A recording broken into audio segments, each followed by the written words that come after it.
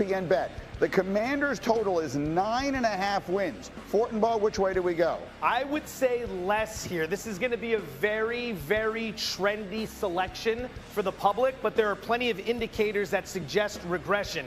8-4 in one-score games last season, 6 comeback wins when trailing in the fourth quarter. That's not the type of thing you can replicate year over year. Defense is middle of the pack. 5th healthiest team in the NFL last season. That's important. Teams that suffer a catastrophic amount of injuries versus teams that have fantastic seasons like Philadelphia and Baltimore in terms of health, that tends to regress either positively or negatively the next year. Fewer. Lewis, they've had a really big offseason. We liked their draft. They've signed a lot of people. What do you think? Yeah, they've had a huge offseason. The offense is going to be even more explosive because the offensive line is better. Laramie Tunsil's there. They draft Josh Connolly. Look, This is going to be a football team. Defensively, it worries me a little bit as far as the pass rush is concerned, but they did improve the secondary. Trey Amos is going to be an all-pro at some point in time. I mean, he's a guy who's like a Patrick Surtain II clone, and that's coming from his defensive coordinator Pete Golding down at Ole Miss. No, I think they're going to ascend this year because I think the offense is going to be even more explosive. All right, let's keep moving forward through the teams because I want to get to Pittsburgh. Joe, the Giants' win total is just 5.5. Do we go more or less? We go more. We don't need to be great to get the 6 wins. We need to be semi-competent. Russ isn't an elite quarterback in the NFL, but he's an upgrade over the quarterback play they had in New York last season. The addition of Abdul Carter, huge for the defense, which already ranked 3rd in the NFL in sack rate last season. And again, regression indicators. New York was 1-8 in one-score games last season. That should flip. I think we get the 6 wins here. RC, what do you think? You know what? I do believe they get to 6 wins, but 6 wins isn't getting this team to the playoffs. They did improve to me, and I think that the way that they approached the draft was more of the most competent draft evaluation and execution that we saw this year. This team will be better defensively. Russell Wilson will be better at quarterback than what they had last year. I expect them to get. And then we'll see when Jackson Dart gets on the field. I thought they had a great draft all the way around. One more win total for you here, Joe. The Steeler total is at 8.5. What do you think? I'd go less because there's 2 realities here, right? Reality 1, Rodgers ends up playing for the team. And if he does, all right, he'll be 42 years old in December, and the last 2 seasons we saw him out there in full with the Jets and his last year with the Packers. His offense is ranked in the bottom half of the league in EPA, which is problematic. On the other side, there's a reality where Rodgers doesn't play, and then 8.5 under, that looks real good. RC, we're talking this way. I know you're disappointed in his words. I opened the show by saying the Steelers are at sea. Like, I just don't understand what they are doing. I don't understand how they managed their draft. They have to know something we don't know about Rodgers. I always come to you on these. I am a huge Omar Khan fan, the general manager, and I think he's done a great job of being more aggressive and adding talent to this team. A departure from what we've seen from the Pittsburgh Steelers throughout history. They totally botched the quarterback situation with this team.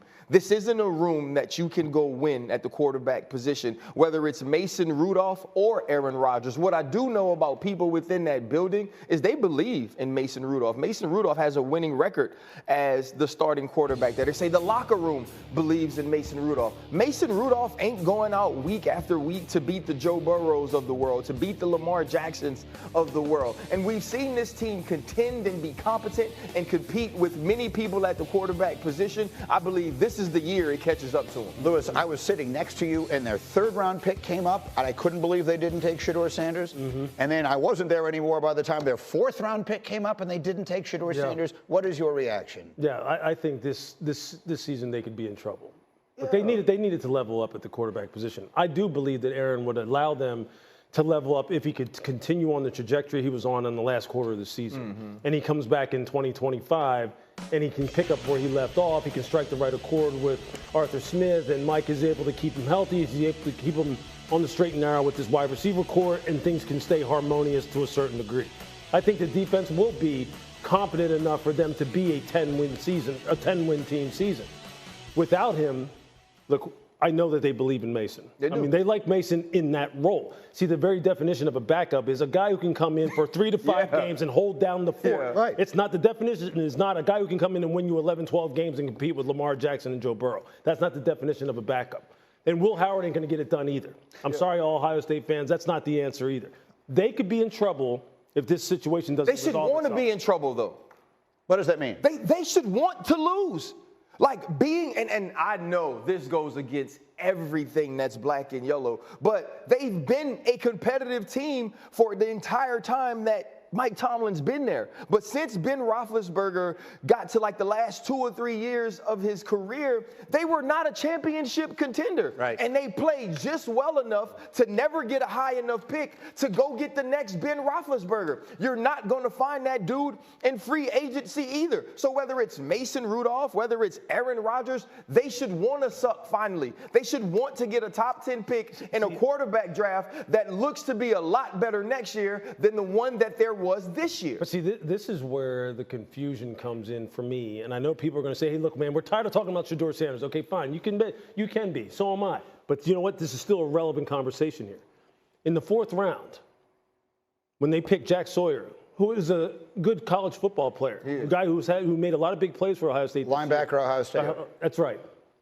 Why wasn't he considered even that? See, that's the kind of thing, because look, we don't know ultimately what he's going to be as a quarterback in the NFL, but I can tell you this. I would have felt much better at this point in time in the offseason had I had him in the fold as a 4th-round value relative to what I evaluated on tape than with the people that I have right now. And I don't know if Aaron Rodgers is going to play for us. I would have felt a lot better. Not mentioned in any of this, they cross over with the NFC North. Those aren't going to be easy games at all. They've got the Chargers on the schedule. They got the Bills on the schedule. And, of course, 2 with the Ravens and 2 with the Bengals. It's not an easy road. And the other piece for me, too, it's not just about focusing on Shedeur Sanders. It's about trying to upgrade that room in any way, whether it was a guy like Jalen Milroe at an opportunity or a spot where you could have taken him for some value. It didn't seem that the Pittsburgh Steelers had that on their board in the first 2 days of the draft at all. Yeah. And that's what's more perplexing. And this is the other thing about Aaron Rodgers.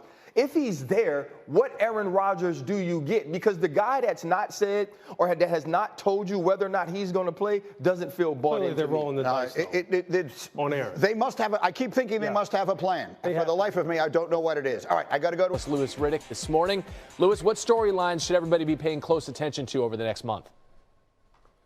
Yeah, I think starting off first and foremost, you got to go up there to Minnesota and look at the J.J. McCarthy situation and how he looks once he really takes the reins as the unequivocal, unquestioned #1 quarterback, in their first mini camp and then during their OTAs. He has said that he is ready to go. He's ready for the challenge.